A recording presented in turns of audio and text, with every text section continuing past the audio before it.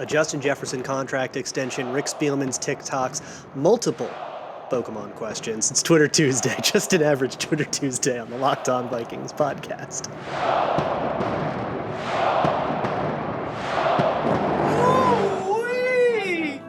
You are Locked On Vikings, your daily Minnesota Vikings podcast, part of the Locked On Podcast Network, your team every day. What's going on, everybody? Welcome to another episode of the Locked On Vikings podcast, part of the Locked On Podcast Network, your team every day. As always, I'm your host, your pal, and the kid you copied off in math class. My name is Luke Braun. You can find me on Twitter at Luke Braun NFL. You can find the show on Twitter at Locked On Vikings. Thank you so much for making Locked On Vikings your first listen of the day, every single day. Today on the show is Tuesday. It's Twitter Tuesday. That means I'm answering your questions. You can send me a question whenever you want. You can DM me at Luke Braun NFL or at Locked On Vikings. They usually put out a call for them sometime on Monday. You can fill out the Google form in the show notes or send an email to lockedonvikingspodcast@gmail.com if you're feeling a little more long form. And I got a really long one that I am going to respond to today. So we got a little bit of everything on this Twitter Tuesday. Let me dive in, though, with a little bit more standard stuff. Something from Ben Olson, who says, what does a Justin Jefferson contract extension look like in terms of years and money? That is going to be, I think, a more interesting question, specifically because I don't have a sense for how Kwesi does it. Right? We haven't seen Kwesi do any extensions except for the Kirk Cousins one, which is obviously going to be circumstance as a quarterback that doesn't apply to anybody else.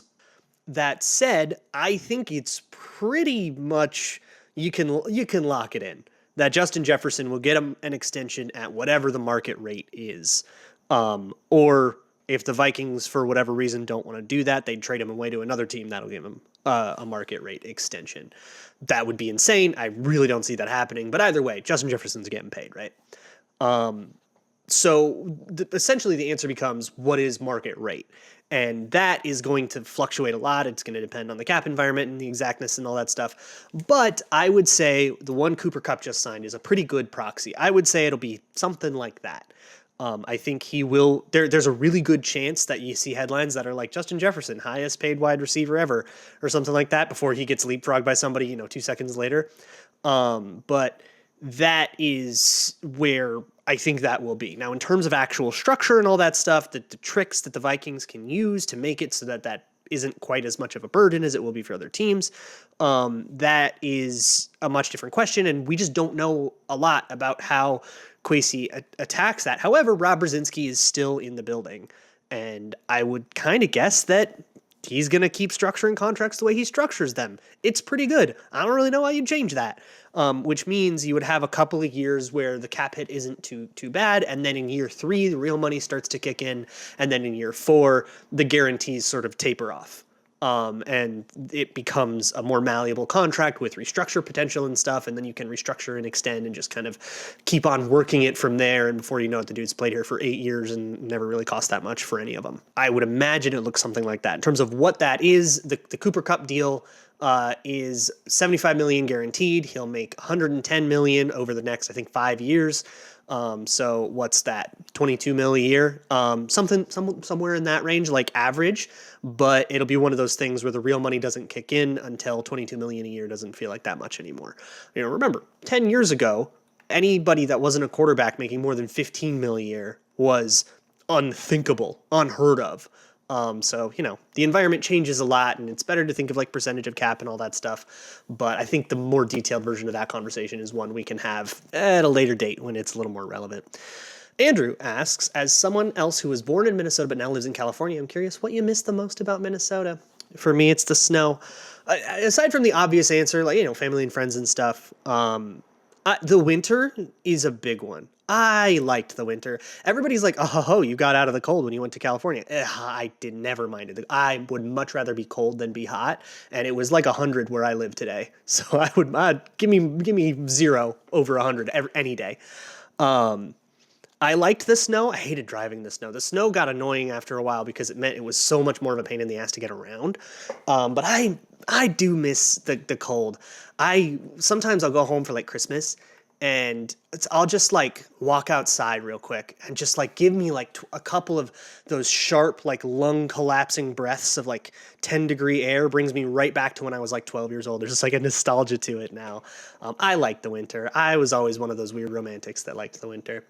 Mr. Bighead asks, since it's probably fair to assume the Browns were pursuing redacted, I assume you mean Deshaun Watson, before Kwesi left, is it fair to also question his role in that whole thing, especially since we also spent a second-round pick on a player with a similarly heinous background?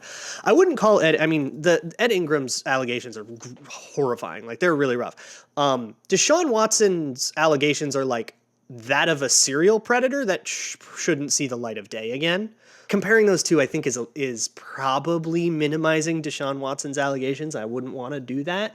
However, to the crux of your question, sure, yeah, maybe Kwesi had something to do with that. And Kwesi does seem to be, as coming from that organization and then behaving the way he's behaved here, seems to be kind of a cold, calculated, whatever, just get the guy in the building if he gets on base kind of guy, this is not going to be unique to him or the Browns. I mean, it's the NFL. Who is it that said, like, if Hannibal Lecter ran a 4.340, they'd say he had an eating disorder? Like, it's not, this is the NFL. You have to, it's just how it's going to go. We're actually going to have more of a conversation about that in a second, but it's just how the NFL goes, man. Kyle Slaby asks, what's the ideal amount of work you'd give Madison to keep Cook fresh without limiting your offense, assuming Longu doesn't develop or whatever, and assuming Madison's the only option, sure. I think the answer to this has to be listen to Dalvin Cook. I think as a position coach making those decisions, you have to just be in constant touch, be like, how you feeling? Are you getting winded? Are you getting tired? Are you sore? Do you need to take a couple off? What is that? And I think you have to listen to him and be really in tune with how he's playing. And, if you see him start to slow down, like, be really vigilant about that. I think you have to kind of play that by ear. I think if you go in going, well, we're going to give 10 reps to Madison and 30 reps to Dalvin, like, I think you're probably doing yourself a disservice. I think it has to be a decision you make on the sideline, kind of on the fly. And it just depends on how Dalvin Cook works. I have a ton more questions, and I do want to get to all of them. I really like this mailbag. There's a lot of fun ones in here. So we'll do that. But first, let me talk to you about Blue Nile. Look, if you're looking for an engagement ring or just like a nice ring or a nice piece of jewelry or something for that special someone in your life, go to BlueNile.com. Let me ask you this. Do you know what a princess cut is? If you don't, go to BlueNile.com, because that might be something that your partner really wants or really doesn't want, or it might be a style that they have thought about a whole bunch. And if you don't know what that is, you might get yourself in a whole bunch of trouble. So go to BlueNile.com. They have online jewelry experts 24/7 that can help you customize, pick out size and cut and all this stuff, and get a ring that is unique, one of a kind, and perfect for your partner. That is BlueNile.com. And if you make your moment sparkle with jewelry from BlueNile.com, Locked On Vikings listeners will get $50 off of purchases of $500 or more. That's a podcast exclusive that includes engagement. So use promo code LOCKEDON. That's code LOCKEDON. Plus, every order is insured, ships free, and arrives in discreet packaging, so you won't give away what's inside. Shop stress-free and find your forever piece. Go to BlueNile.com today. So on the weekend of the draft, the NFL, Locked On NFL Network did a live show where we had a whole panel of people. I was on it a whole bunch every time the Vikings picked. It was super dope. It was a rousing success. And now the NBA is doing their version of that for the NBA draft. So make sure you go check that out. You can find it on the Locked On NBA YouTube channel. So go subscribe to that right now. Don't miss out. Next question in this mailbag comes from SportsGuy709, who asks, would you rather have Jameis Winston at QB with wide receivers Diggs, Thielen, and Jefferson all in their primes, or have Aaron Rodgers as a QB with wide receivers Charles Johnson, Cordero Patterson, and Troy Williamson in their primes? I'm slamming the quarterback. Yeah, quarterback with bad receivers versus receivers with bad quarterback. Quarterback with bad receivers is better every single time, if that's the answer you're asking for. Andrew Olson asks, is this Dalvin's last year as a Viking? We have an out next year with a $6 million dead cap hit, and he'll be 28. Love Dalvin, I want him to stay, but the brain says that's a possibility. I don't think so. I hear what you're saying, and it certainly will be an option if they want to save some cap space. If it's the difference between extending Justin Jefferson or not, yeah, sorry, Dalvin, but you're gone. But I think it's way more likely that you get a restructure in that cap hit so that you can get his cap hit down and also keep the player rather than just cutting cap casualty. It's the kind of thing that is, I mean, there's like one player a year, maybe, if you're like in a rough spot, or if it's the Saints, it's like 2 or 3 players, and they're always like role players that you can kind of deal with. And, teams are always looking to minimize that, right? They're always looking to take the minimum impact. You don't want to just take a gigantic brunt and then be like, well, my books are balanced, unless you're the Bears, who are completely insane and are going to win like 2 games this year. Nobody wants to do that. So I don't think so. It could happen. Anything can happen, but I would be pretty surprised if they cut him before they like restructured him or did some kind of like faux extension void year nonsense to get his cap hit down if they really need to. Mir Gando asks, would you rather have lunch with Rick Spielman or Mike Zimmer? Oh my God, easy Zimmer. Spielman, it'd be interesting, right? Like, I would love to hear about like how the draft worked and stuff like that and really like pick his brain. But come on, Zimmer would be way more interesting. For one, Zimmer's a coach, and coaches just want to teach you about the sport. If you're like, I am so willing, all I want to do is learn about stuff about the sport right now. Please help me. I feel like most coaches in the world would be like, oh, hell yeah, and like dive right in with you. But also, I mean, come on, Zimmer's not going to pull any punches, right? Like, you could ask him stuff about, there's another one in here about like, what would you ask Mike Zimmer? I would ask him, did Norv Turner punch you in the face on Halloween night 2016 after he scratched his eye on a play card, and then Norv Turner was out, and there was a rumor that the two got into a fist fight, and they definitely got into a fight way deep at night, and rumor is it came to blows. I believe that rumor, and I'm never going to stop believing that rumor. And I would ask, but I would also ask him stuff about, scheme and, hey, what do you do against like 3-by-1 when Devontae Adams is on the backside and they're motioning it so it becomes 4-by-1? How do you deal with that? These other questions that like I have, I would love to like learn stuff about it that way. In a similar vein, Maurice Morth asks, would you rather discuss the lack of importance of the run game with Zimmer or do a TikTok with Rick Spielman? You'll never catch me dead doing a TikTok. A TikTok? In this economy? I'll never do a TikTok. Forget it. I want to talk to Zimmer again. Yeah, that would be a great question. Like, hey, you said a whole bunch of stuff about the run game, and I know Zimmer has a much more thought out and thoughtful answer than what he'll say on the podium. That basically just sounded like old gruff establish the run nonsense. I know that he has a better answer than, I mean, come on.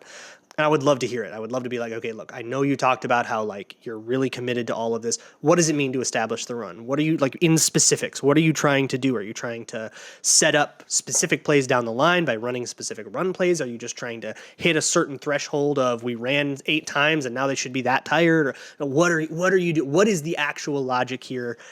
Explain it to me. I would love that conversation. Doing a TikTok with Rick Spielman would be like a punishment for losing a bet. Zach asks, would you rather go shark cage diving or do a walking safari? Both of these sound rad.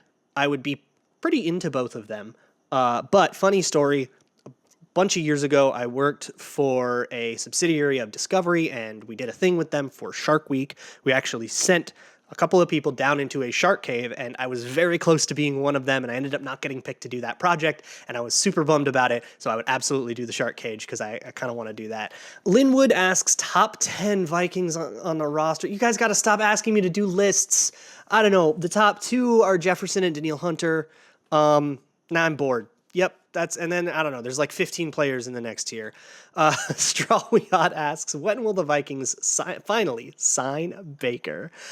What is this thing about Baker? Okay, so apparently I went on Bison Radio with Keith Brake earlier on Monday, and apparently some national guy said something about how the Vikings were sniffing around Baker Mayfield, but to me, it sounded a lot like something the Browns would leak to try to drum up interest or whatever. I don't think there's anything to it, and that would make no sense. They just extended Kirk Cousins. He hasn't played a game since they extended him. Why are we already trying to like cope our way out of the extension? They just did it. They made the decision, and they haven't even seen a dividend back yet, good or bad. Why would they go back on a decision 10 seconds after, like functionally no time after they made it. It's over. It happened. He's going to be the quarterback for the next 2 years. It's time to come to grips. Okay, I've got a whole bunch more questions. Many of them are silly like that one. But first, let me talk to you about a good old Gramble. Look, if you want to bet on the Vikings, you can bet on will they win week 1? Will they win the division? Where will they place in the division? You can bet on stuff like MVP odds, and I think you can bet on like first coach fired and stuff. All of that you can find at betonline.net. You can also bet on the hockey playoffs, on WNBA, tennis, golf, MMA, whatever. You can build cool player props, or you can bet in the middle of their games with their live betting module. That is at betonline.net, where the game starts. Moving on with this Twitter Tuesday mailbag, Zachary Hayes asks, which bunny survives the longest in the wild? The real answer is they would both be absolutely screwed in the wild. The thing about domestic rabbits, and if you ever see a rabbit that looks like a domestic rabbit, that rabbit's probably in trouble and won't make it very long in the wild. But if you see a wild rabbit, and wild rabbits look different than domestic rabbits have varied patterns and spotting and stuff. A wild rabbit pretty much always has that same kind of brown, like that brown fur, and they have like pointier noses, and they will usually look a little kind of skinnier and wirier. Domestic rabbits are pretty much anything else. If you see a domestic rabbit, that rabbit probably needs help. If you see a wild rabbit, that rabbit needs to be left alone. But a domestic rabbit, because they grew up in captivity, they are not going to have the foraging instincts. They're not going to have the ability to like really provide for themselves. They're probably in a lot of trouble. So the answer is both of them are absolutely screwed. But if we're going down to the second of like which one makes it further than the other one, Zoe probably lasts a little longer because ZD would probably get himself in trouble. He's way too curious for his own good. Cooper asks, growing up, I loved watching Adrian Peterson every week. He's easily my favorite Viking as a kid. Since I've gotten older, and with the most recent domestic assault issue, I'm well aware of the mistakes he's made in his life. I guess what I'm asking is, how do you deal with it all, watching your childhood friends do bad stuff, etc., etc.? Okay, this is a tough question, and I don't know if there's a great answer to it. You kind of just have to compartmentalize and just like, all right, I'm doing that. But here's the deal. As I've done a lot of the projects that I've done this offseason, especially doing like history stuff for this show, my relationship to the team has been very, I've kind of realized what's important to me in it. I want to see the Vikings win. I do, and it makes me happy. And I think I'm starting to get really secure in the fact that it's really, I just want to see the team in purple have more points on the board. And that makes me happy. And I like rooting for the humans and stuff, but I can choose not to root for one human over another. I can choose to be like, well, but that guy sucks. I still want the Vikings to score a touchdown, even if that guy sucks. Like, I don't think those two things need to necessarily be in conflict with one another. And I think if you have a respect and an awareness and you kind of understand and have that, in the back of your mind and just say, yeah, I understand that, I accept it, and it's bad and I know that it's bad, I don't think that also celebrating when Adrian Peterson scores a touchdown means you're like implicitly condoning child abuse. No, I think child abuse is bad, but also player go boom. I like that. And that has not really much to do with the fact that he did child abuse. You just have to be aware of it and have that solemn kind of awareness of it. Scooter asked a very long one. So Scooter went to the Google form and put on a whole thing about my Kirk Cousins take, about my irrational Kirk Cousins take, and basically said, I didn't realize your thing was about how he checks down too much. And I knew I was going to get this when I said it in the last Twitter Tuesday. Somebody asked me about how much money would I take off his contract. And my answer was basically like, look, you take $20 million off, he's still going to check down on 3rd and 6. I was referencing a specific play kind of on the fly there. But it's, take $20 million off of Kirk Cousins' contract. Kirk Cousins still plays the exact same way, and so it doesn't actually solve any of my problems with him. That was the point that I was making. In this, Scooter linked an article to a PFF article about checkdowns. For one, the article didn't load, so sorry. But I think I know which one you're talking about, and the way that PFF does checkdowns is a different thing than what I'm talking about. PFF is talking about the end of a progression, and check down in that way has a lot less to do with the quarterback. It's, you went 1, 2, maybe 3, and then you had to get rid of it. And that meant you came off 1, 2, and 3. The reasons you're going to come off 1, 2, and 3, unless you're just wrong about that all the time, probably don't have a lot to do with you. It probably means the coverage wasn't right or the guy didn't get open or whatever. So how much somebody checks down per PFF, I don't know if that necessarily tells you what you're trying to figure out when you're talking about checkdowns, which is this guy too conservative? And like, what's aggressive? What's conservative? It's not something you can chart. I'm sorry. It's not like a thing. I know it's not measurable. And for some people, that means that we can never know. And if we can't measure it, we're all David Hume. And if you can't measure it, it doesn't exist. But here's the thing. I think you can watch a play, and if you know what you're looking at, you can go, okay, there was a 20-yard pass open, and there was a an 8-yard pass open. And it was 1st and 10, and the 8-yard pass is fine. The 20-yard pass would have been better, and he took the 8-yard pass. And if you understand the reasons behind that and go, okay, well, this was a long to short progression. So he looked at the 20-yard one, decided he didn't want it, was incorrect about that, and took the 8-yard one instead. You could go, oh, that was a conservative decision that he made. And that's kind of how I look for it. Or this was a short to long progression, and he took the 8-yard pass. There could have been a 20-yard pass. That will happen to Kirk Cousins a lot. There will be a short to long progression, and he'll take, a 4-yard pass, but there could have been a 15-yard pass. On 1st down, I'm a little more forgiving of it than I am when it's 3rd and 10 and you took the 4-yard pass. And part of that is, why are you calling a short to long progression when you know that, Kirk Cousins is Ron Burgundy and reads whatever's on the teleprompter. But part of that is a sort of implicit conservatism where he goes, it's sort of the devil's version of you can't go broke taking a profit, but you can when it's not a profit. And So with Kirk Cousins, and I'm sorry, a podcast is the worst medium to do this, especially a Twitter Tuesday one where I got a bunch more questions and I'm kind of trying to rush through the point. But the point is, there have been times, the play I was talking about, the check down on a 3rd and 6, is the one that sticks in my head. It was against the Rams last year. It was 3rd and goal from the 6, and the progression was 1, 2, 3, and 3 was a check down, and 1 and 2 ran into each other. So 1 and 2 weren't there, and then he went to 3 in the check down.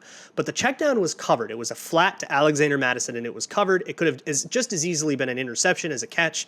And so if he really were to do the safe thing, he should have thrown it over that dude's head and just thrown it away and said, okay, we'll take our field goal. He didn't do that. He also had time. There was pressure coming like 2-ish steps away, but that's time. If you watch him drill it, that's enough time for him to have reset his feet and start on the backside of the progression. I don't know if that was in the progression. I don't know what 4 was in the progression, right? 1 and 2 ran into each other. 3 was a check down. I think he should have come off the check down and done whatever 4 is. 4 could have been scramble. 4 could have been work the backside. 4 could have been throwaway. He should have gone to 4. But in his, and he was asked about this after the game, and he said, I wanted to put it into a safe place where it couldn't get intercepted, which I both disagree about how safe it was, but also it was 3rd and goal on the goal line, man. Like, what in a game you're losing by 2 scores? Like, come on, bro. That was where I'm at. And so that idea of like, you're constantly living to fight another day, but when you're down 2 scores in a game that eventually ended up basically eliminating them, this is not the time to live to fight another day. This is the day to fight on. You don't have another day to fight on. You go do it. Like, at a certain point, you have to do the thing.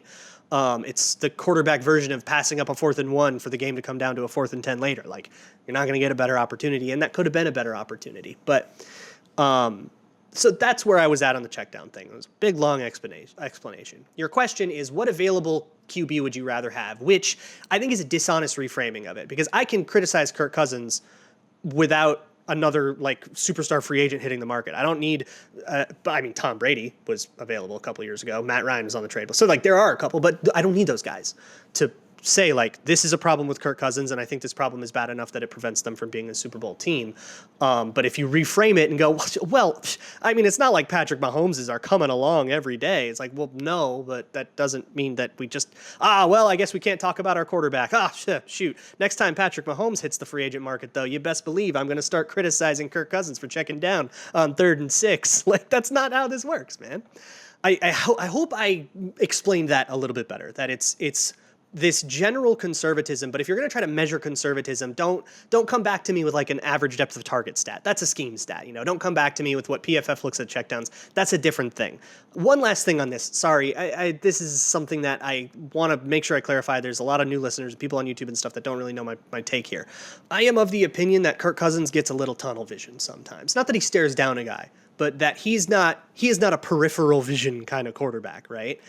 He focuses in, and he even talks about this. Like, he doesn't have a periphery of if there's pressure coming. He reads the front, and he trusts that he read the front correctly, and then he focuses all of his attention on the secondary.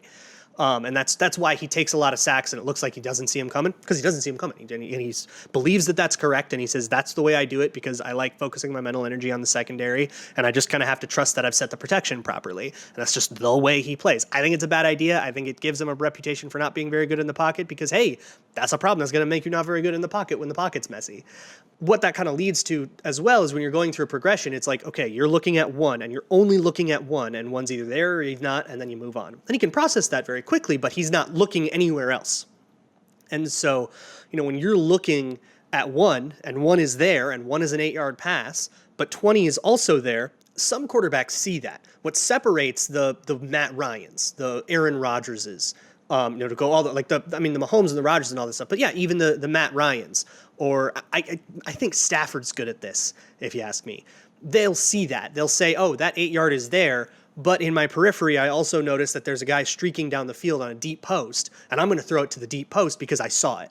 Kirk Cousins won't see it. He will only see what he is being instructed to see, no more, no less. The truth, the whole truth, and nothing but the truth. Okay, that's my big, long Kirk Cousins answer. Let's move to something else. Brandon asks, instead of a guard competition, could the Vikings go out and sign Quinton Spain, who was on the Bengals?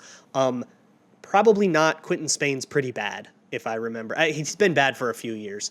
Norse Code asks, I need you to pick 3 toppings to make a worse pizza than this. And the toppings were pineapple, olives, and chicken. Okay, 2 things. 1, that sounds dangerously close to chicken piccata, which I could actually see working out okay. Chicken piccata is lemon and capers in chicken, and sometimes parsley.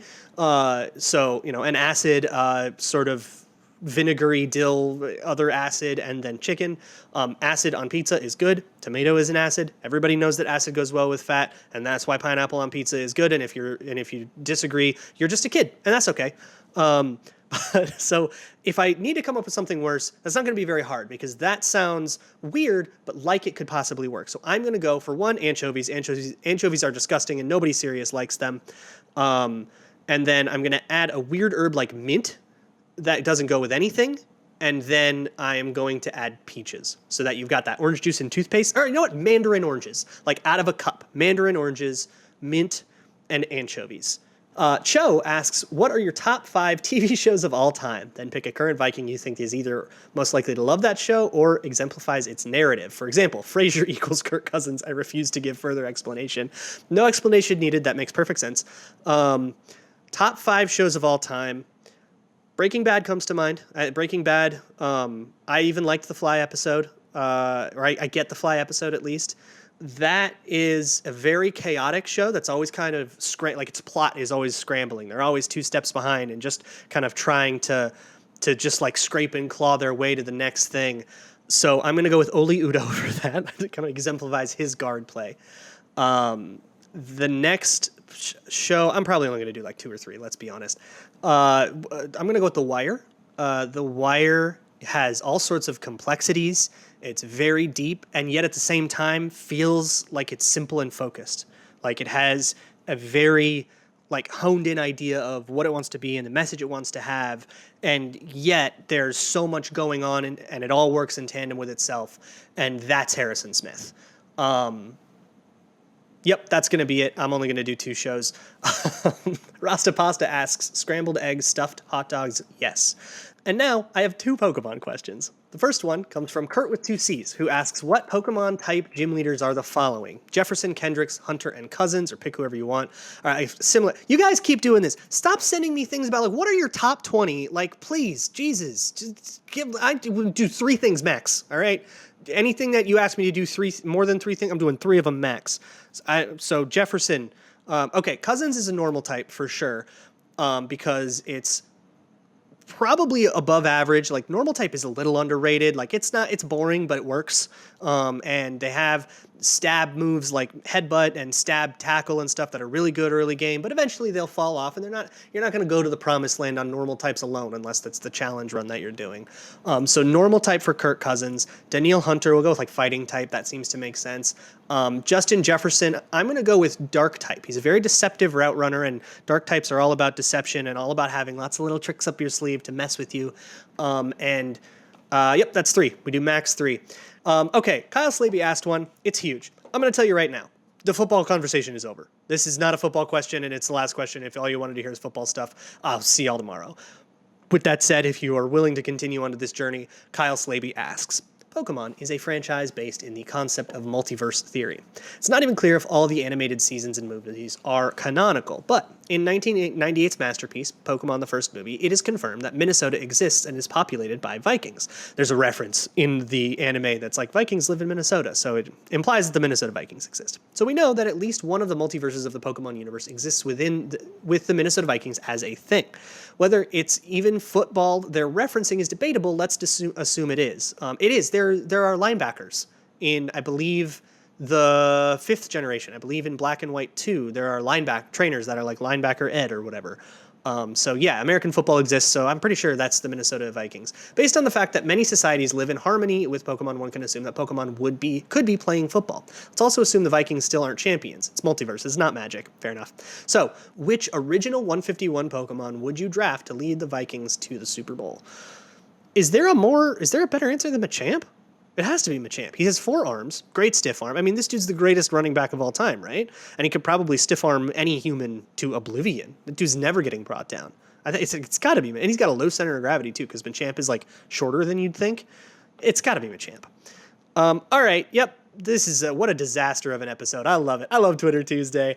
Tomorrow we'll go back to history. We'll maybe do some other modern stuff this week. But hopefully I can be back at the normal setup soon enough for those watching on YouTube and back with rabbits over the ads and stuff like that. But we're still kind of in temporary setup quarantine mode. But we'll get to it. I'll see y'all tomorrow. And as always, Skol.